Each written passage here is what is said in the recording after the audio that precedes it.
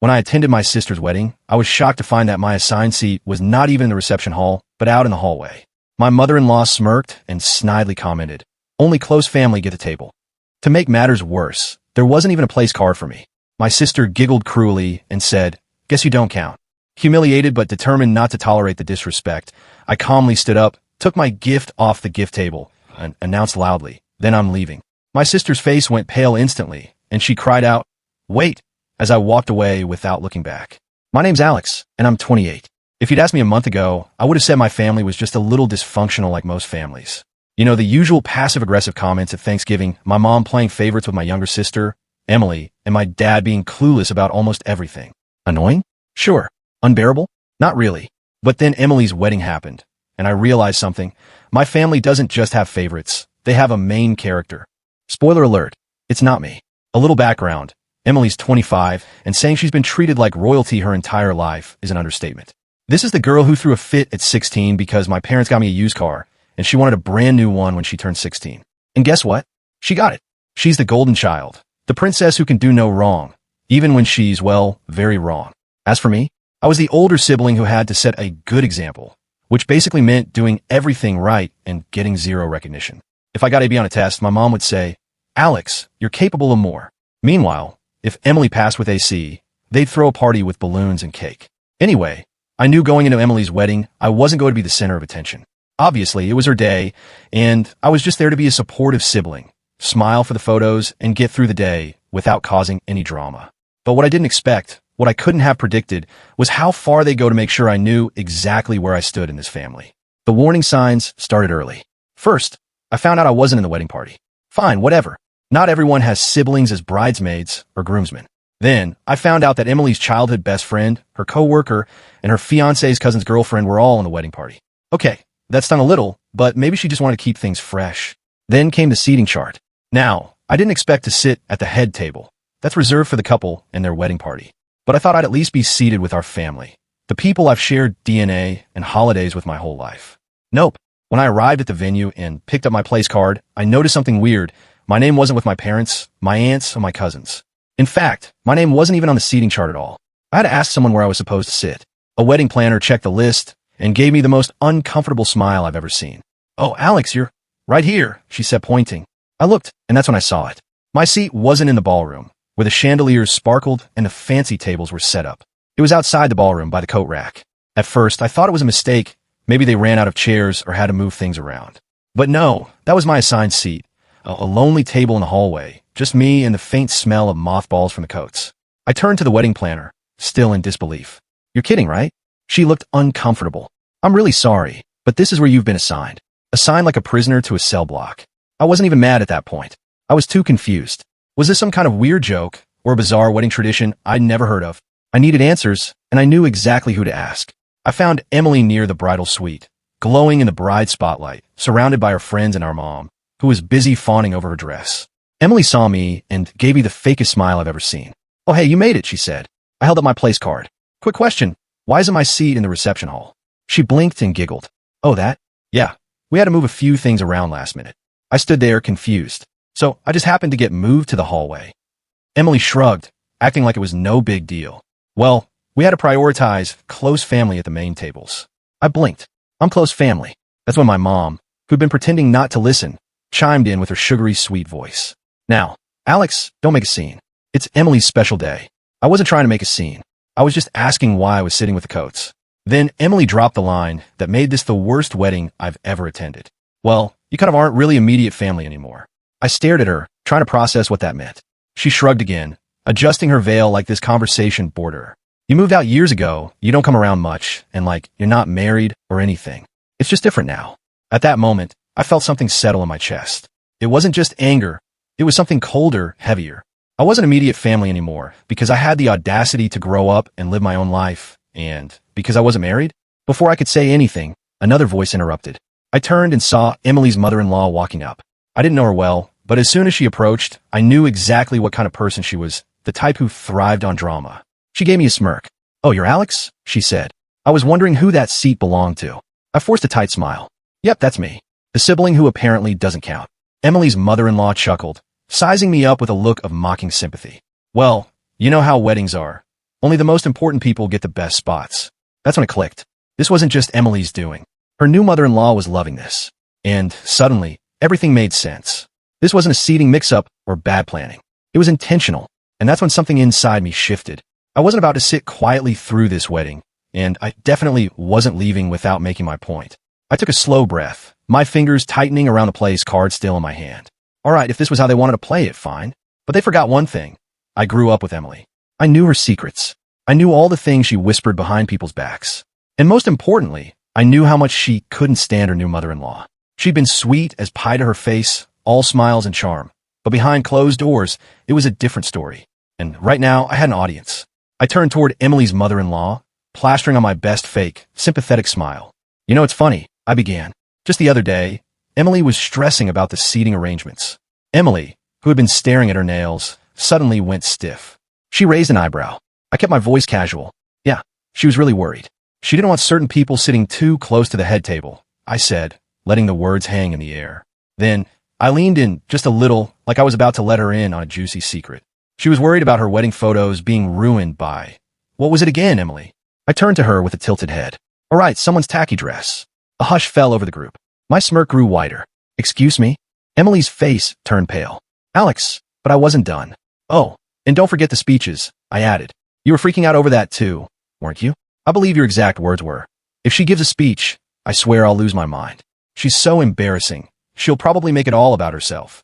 Emily's expression darkened. She made a strangled noise and reached for my arm. Can I talk to you for a second? She whispered. I pulled away, pretending to be confused. Why? I thought we were having a family conversation. Since I'm not technically family, I figured I'd try to be involved somehow. I turned back to Emily's mother-in-law. Is that true? Emily let out a nervous laugh, shaking her head. No, of course not. Alex is just, oh, and I can't forget the bachelorette party, I interrupted, pretending to slap my forehead in realization. Silly me. How could I forget? The one where Emily spent half the night complaining about you, saying she couldn't wait for the day she didn't have to fake it anymore. She said she was only putting up with you to avoid drama on her wedding day. That was it. The kill shot. Emily's mouth dropped open. My mother, who'd been standing awkwardly off to the side, looked horrified. My dad, who'd been totally clueless until now, took a step back like he wanted to disappear. Emily's friends, the bridesmaids, started whispering to each other, exchanging wide-eyed looks. Emily, meanwhile, looked like she was about to explode. Her lips were moving, but no words were coming out. And then Emily's mother turned on her. You ungrateful little brat, she snapped, her voice sharp with anger. I had to bite my tongue to keep from grinning. Oh, this was about to get good. You think you can just use me? Emily's mother was seething. After everything I've done for you, all the money I spent on this wedding, the favors I pulled. She waved toward the ballroom, her perfectly manicured nails flashing under the chandelier. And all this time, you've been talking behind my back. Emily stammered. I didn't. Her mother turned to my parents. You knew about this? You raised her to be a snake. My mother looked like she might faint. Of course not. Emily would never. Oh, don't even try. I cut in, shaking my head. You knew, and you just didn't care. You raised her to think she's the center of the universe. It makes sense she'd treat everyone else like garbage. Mom's face twisted in anger. Alex, stop it. Why? I asked, crossing my arms. Because I'm making a scene? I raised an eyebrow. Funny. That only matters when I speak up. Didn't seem to be an issue when Emily literally shoved me out of the reception. By now, people were definitely noticing. Whispers had grown louder, and guests were glancing over. Even the groom, who'd been MI, finally wandered over, furrowing his brows. What's going on? He asked. Emily's mom rounded on him. What's going on is that your wife is a backstabbing brat who's been talking badly about my family for months. She jabbed a finger toward Emily, who was doing her best impression of someone who wanted to vanish. She's been insulting my dress, my speech, my very presence, saying she's only putting up with me until she doesn't have to anymore. The groom blinked. Wait, what? Emily's mother scoffed. Oh, not like that, huh? And here I was thinking you actually cared about this family. And just like that, the war was on. Emily and her mother were snapping at each other. My mom was trying to calm things down and failing, while my dad just looked miserable like he wanted to leave. The groom still hadn't quite figured out what was going on and just stood there, looking like he'd been hit by a truck. Meanwhile, I stood there, sipping my champagne, enjoying the chaos unfold like I was at a Broadway show. I'll be honest, it was beautiful. But the best part? I wasn't done yet. Emily's voice rose in pitch, her hand shaking as she turned to her new husband. You believe her over me? She screeched, pointing at me. To his credit, the groom was still trying to process it all. His jaw clenched, his face shifting between disbelief and embarrassment as guests openly stared at them. I don't even know what to say. Emily, he muttered, rubbing his forehead. Did you say all that stuff? Emily scoffed. I know it sounds bad, but it's taken out of context. I raised an eyebrow, a little confused. All right, that classic excuse. I put on my best mocking voice. Oh no, I was just kidding, I said, making air quotes. Oh no, I didn't mean it that way. My voice dropped flat. Give it up, Emily. You got caught. Let's be real. If I hadn't said anything, you wouldn't have cared. M's fury, which was growing by the second, turned to my parents. And you're okay with this? Mom's mouth opened and closed like she was trying to say something but couldn't find the words. She looked like she was scrambling for something that would save the situation. We don't condone, cut it. I interrupted, waving my hand. You knew exactly how she felt, and you still let her pretend to be the perfect daughter-in-law. I clicked my tongue. I guess it's all about appearances, huh? Emily screamed. You're ruining my wedding, Alex. I glanced around dramatically. Oh, I'm ruining it? Sorry, didn't realize I was the one treating family like trash and bad-mouthing the mother of the groom. I turned to face the guests, many of whom were staring at me in shock. What do you think? Who's really to blame here? A few people quickly looked away, not wanting to get involved. But one of Emily's bridesmaids whispered something to the woman next to her, and the other woman let out a laugh, which only made Emily angrier. You think this is funny? She hissed, spinning around. The bridesmaid's lips twitched. I mean, kind of. Oh, this was getting good. Emily's fist clenched, but before she could explode again, I decided to wrap things up because honestly, I was bored. I sighed dramatically, shaking my head. Well, this has been lovely. Really just fantastic. But I think it's time for me to go. Emily scoffed, throwing her hands up. Fine, go. I grinned. Oh, don't worry. I will. Then, I turned toward the gift table, scanning the pile of expensive-looking presents near the front. There it was. My gift, the one I'd spent weeks picking out, the one that took real thought, effort, and money. Emily's eyes went wide when she saw what I was looking at. Alex, no. I strolled over, humming to myself, and picked it up. Are you seriously taking it back? Emily asked, her voice trembling. I gave her a deadpan look. Why would I leave it? Apparently, I'm not even real family. I gasped in mock horror.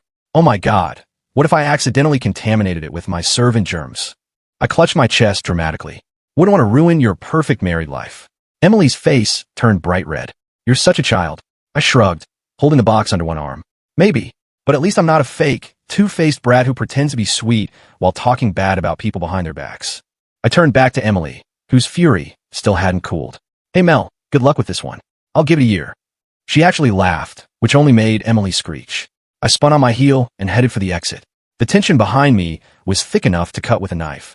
The guests were whispering. The music had completely stopped, and the entire vibe had shifted from celebration to full-blown disaster. And honestly, I loved it. As I reached the door, I paused and looked back at the chaos unfolding. Emily was still arguing with them. My parents looked like they wanted to disappear into the floor. The groom was just standing there, probably questioning his entire life. And me? I gave a little wave, a smug smile on my lips. Enjoy your perfect wedding, sis. Then I walked out. I didn't look back. Once I was out of that disaster of a wedding, I didn't need to look back. I already knew the damage was done, and honestly, it felt better than I expected.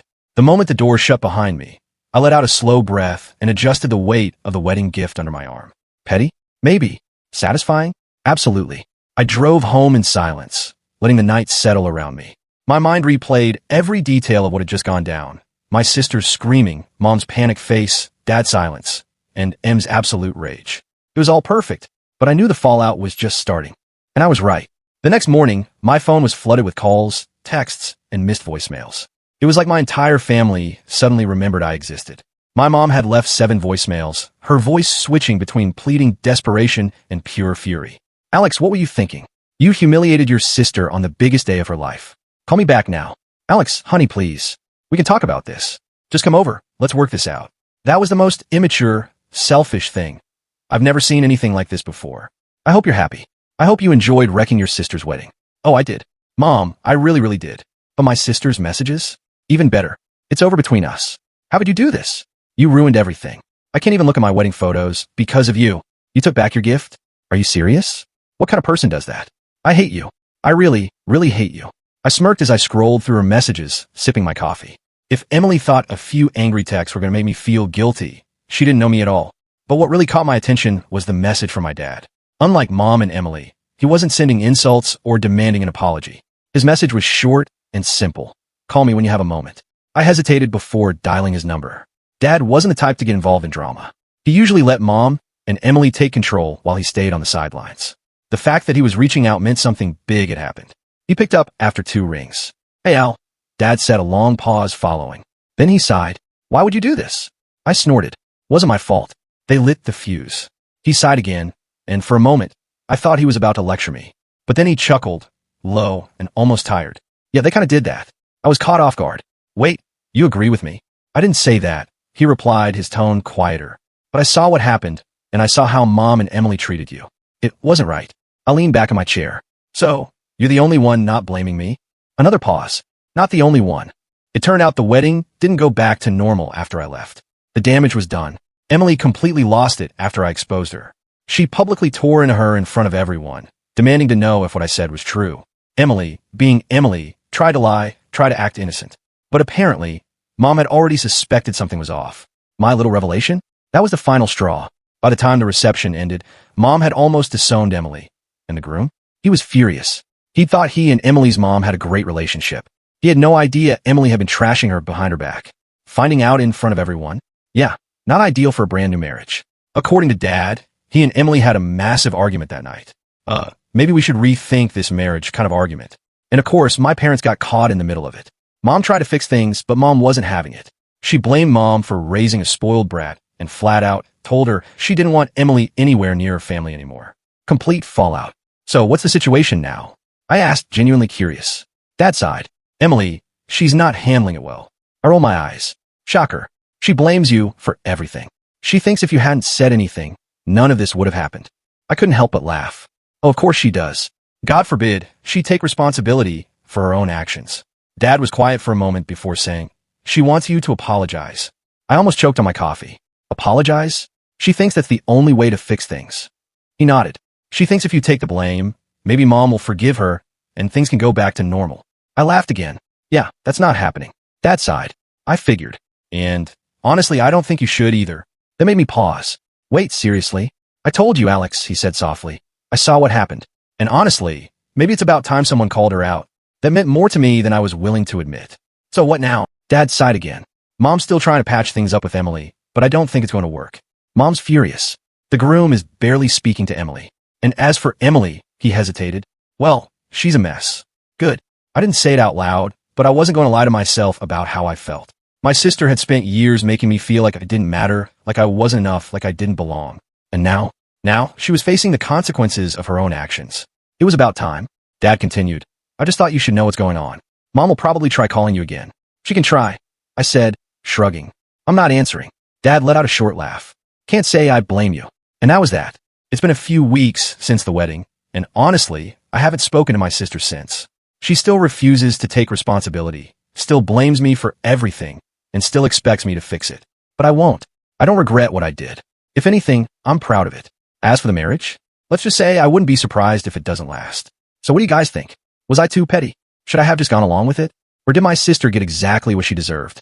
Let me know. I could use a good laugh.